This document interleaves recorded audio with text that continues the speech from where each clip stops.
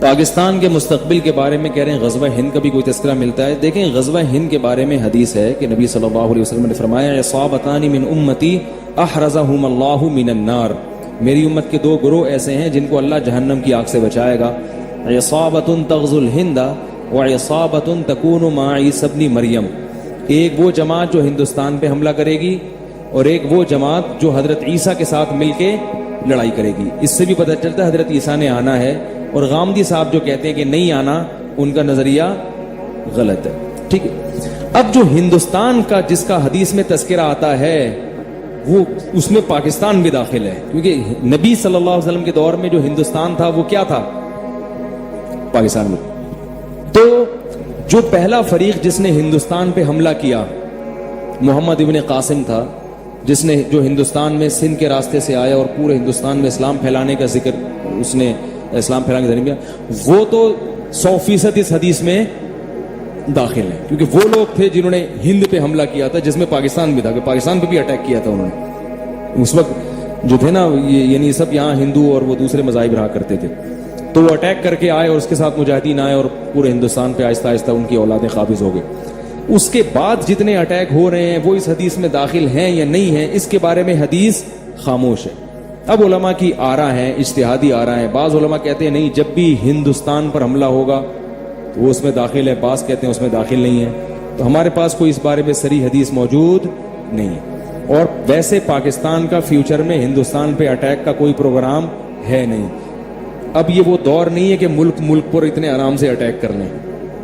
دونوں ایٹمی طاقت ہیں, ایٹم بم کھیلنا, انڈوں سے کھیل سکتے ہو, اور تم مجھے انڈا مارو میں تمہیں انڈا مارتا ہوں. برسات میں کھیلتے ہیں نا لوگ, ٹماٹروں سے کھیلتے ہیں, تم مجھے ٹماٹر مار.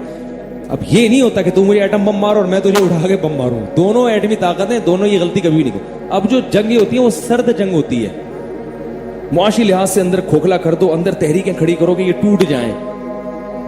تو اب ہندوستان پر پاکستان حملہ کر کے ہندوستان پہ قبضہ کر لے, ایسا نہیں ہو سکتا. اسباب کی دنیا میں یہ نہ پاکستان کرے گا اور نہ انڈیا ایسی حماقت کرے گا کہ پاکستان پہ حملہ کرے. اب یہ ہو رہا ہے کہ ایک دوسرے کی جڑیں کھوکھلے کرنے میں. اگر انڈیا میں عقل ہوئی تو وہ پاکستان سے بنا کے رکھے گا کہ دوستی کر لو ان سے, جھک جاؤ ان کے سامنے. لیکن ان کے سیاسی حکمرانوں میں بصیرت نہیں ہے, اور جو متعصب ہندو ہیں نا ان میں بصیرت نہیں, وہ مروا رہے ہیں اپنی قوم کو, پٹوا رہے ہیں.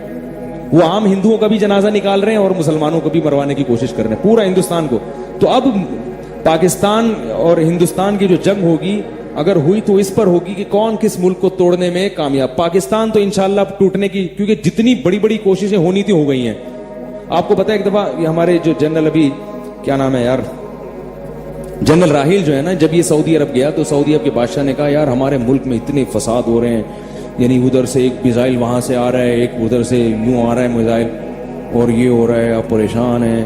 تو راحیل شریف نے کہا کہ تم لوگوں نے بھی پریشانی دیکھی نہیں ہے, ایک بم وہاں پھٹ گیا, ایک وہ ہو گیا, یہ تو ہمارے بائیں ہاتھ کا کھیل ہے.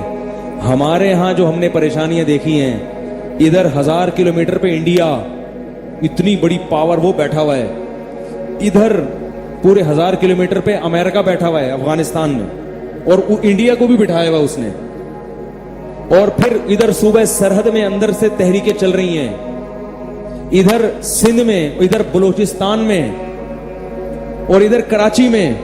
کہہ رہے ہیں ہم نے باہر ادھر بھی لڑے 1000 کلومیٹر پہ, ادھر بھی لڑے, ڈرون حملوں کا بھی مقابلہ کیا. اور جو ایجنسیاں غیر ملکی ہمارے بلیک واٹر کے نام سے گھسی بھی ہیں, ان کے خلاف آپریشن بھی ایک ہی وقت میں جاری. ملک کے اندر دشمنوں کو بھی ختم, باہر سے دشمنوں کو بھی ختم, اور بلوچستان کی تحریکوں پہ بھی کوشش. یہ ساری جنگیں الحمدللہ ہم کامیابی سے لڑ رہے ہیں, اور ہمارے اعصاب ابھی کمزور.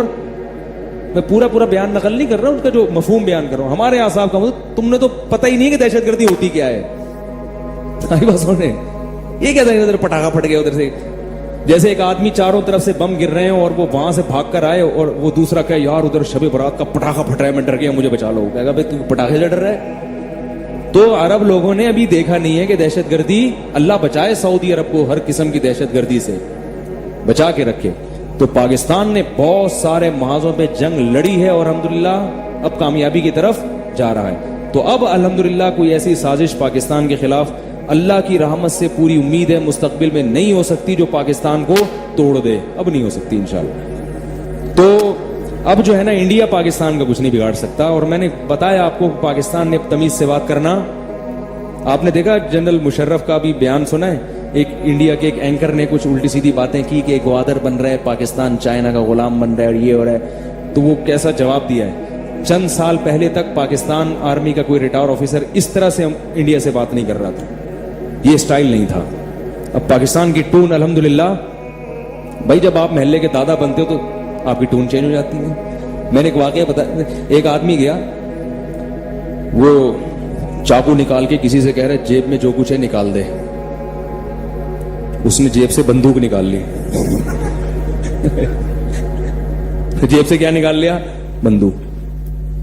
تو اب ٹون کس کی چینج ہوگی؟ اب کہہ کہ تیری جیب میں جو کچھ ہے تو نکال. تو ابھی تک انڈیا پاکستان کو اس طرح کی باتیں کر رہا تھا. پاکستان بیچارہ تھوڑا سا سہما, کیونکہ پاکستان کے اپنے مسائل تھے, ادھر افغانستان میں مسائل, ادھر اندرونی مسائل, ہر طرف سے اندر خفیہ ایجنسیاں گھسی ہوئی ہیں, تو پاکستان تھوڑا گھبرا رہا تھا. اب الحمدللہ پاکستان کی ٹون, اب پاکستان نے تمیز سے بات کرنا چھوڑ دیا. پاکستان کہہ رہے اس سے ہم تمیز سے بات کریں گے جو ہم سے تمیز سے بات کرے گا. وعلیکم السلام اس کو کہیں گے جو ہم کو السلام علیکم کہے گا. یہ الحمدللہ ایک حقائق ہیں. تو بہت ساری نا امیدی کی باتوں میں امید کی باتیں بھی الحمدللہ بہت ساری.